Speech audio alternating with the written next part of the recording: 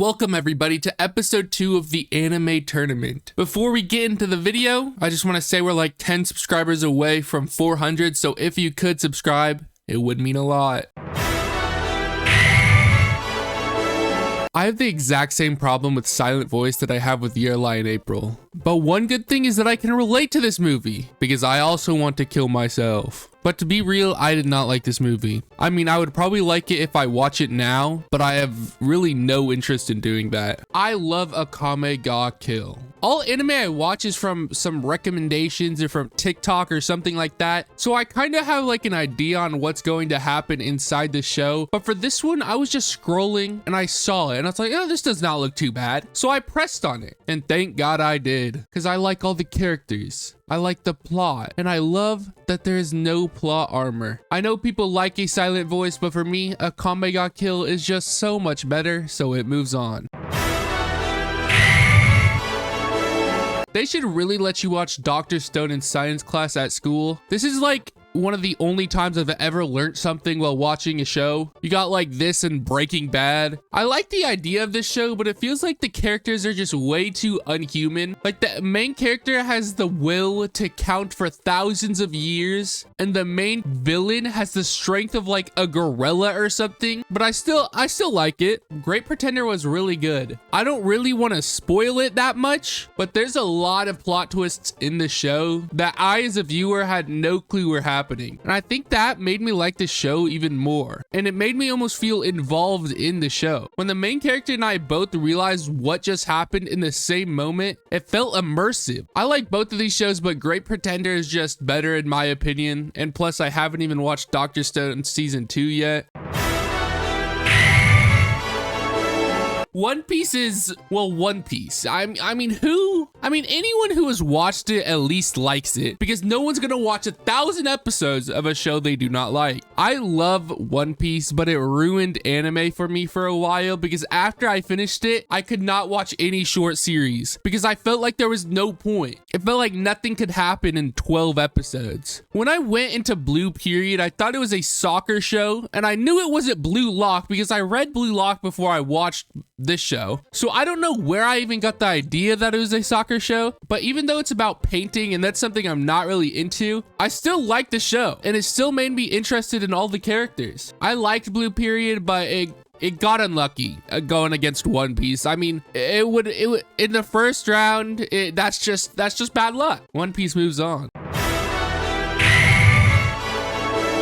I like Cyberpunk Edgerunners for the same reason I like Akame ga Kill, because there's no plot armor. I love when a show does that. It makes it feel so much more real. For me, the ending is the make or break for an entire show, and this show's ending definitely made it. Toradora is interesting. I don't think it's bad, but I think it's basic. I like the characters, but everything in the show felt like I've seen it before. Now, I know some people are like smaller than others, shorter than others. You know, it can happen, but it feels like the author of this was trying to attract a certain type of people, a certain group of people while making this series. Cyberpunk Edgerunners moves on for me. Toradora isn't bad, but it just feels mediocre.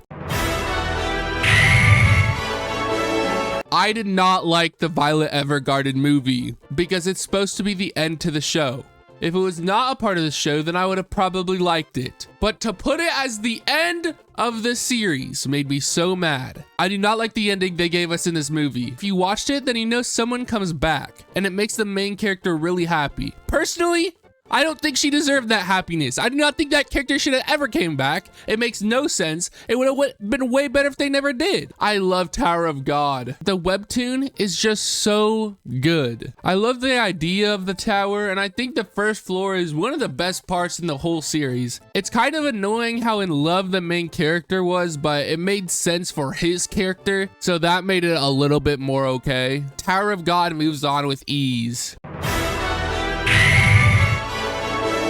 I think the fact that people don't like My Hero Academia for the fan base is so stupid. Just don't interact with the fan base. It's that simple. My Hero Academia is the perfect starting anime. I think it's good, but not perfect. There's still room to go up after watching the show. And for people who've never watched any anime, the power system of just basic superpowers connects anime to like Marvel or DC. Real Life was really good. I feel like it was a basic plot, but they did so much with it. The only problem with this show is that I watched it so long ago that I don't really remember it. I do remember that I liked it, but that is not enough to put it above My Hero. My Hero Academia moves on. I had Odd Taxi on my want to watch list for about 2 years, and I'm so happy I ended up watching it. It is so good. The ending was good. The whole time you think something's going on, but in the end it just flips it on its head and it's perfect. When I was going into it, I did not think it was going to be a mafia story, but I'm not complaining. Tokyo Ghoul definitely exists. I only watched the first 2 seasons and I did not like it all that much. I definitely see why people like it, but I'm just not into it. Odd Taxi clears, no diff.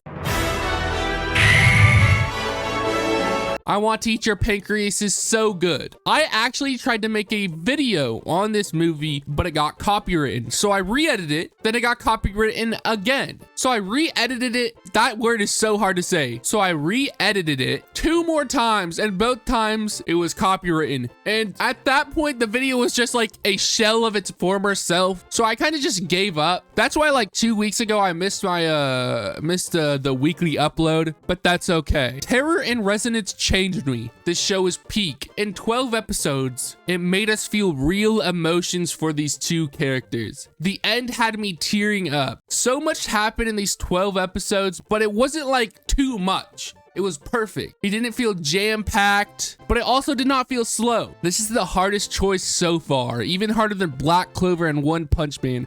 Both of these are in my top 5. Both of these could have made it to the Elite 8 if they did not have to go against each other. But I'm going to have to move Terror in Resonance on.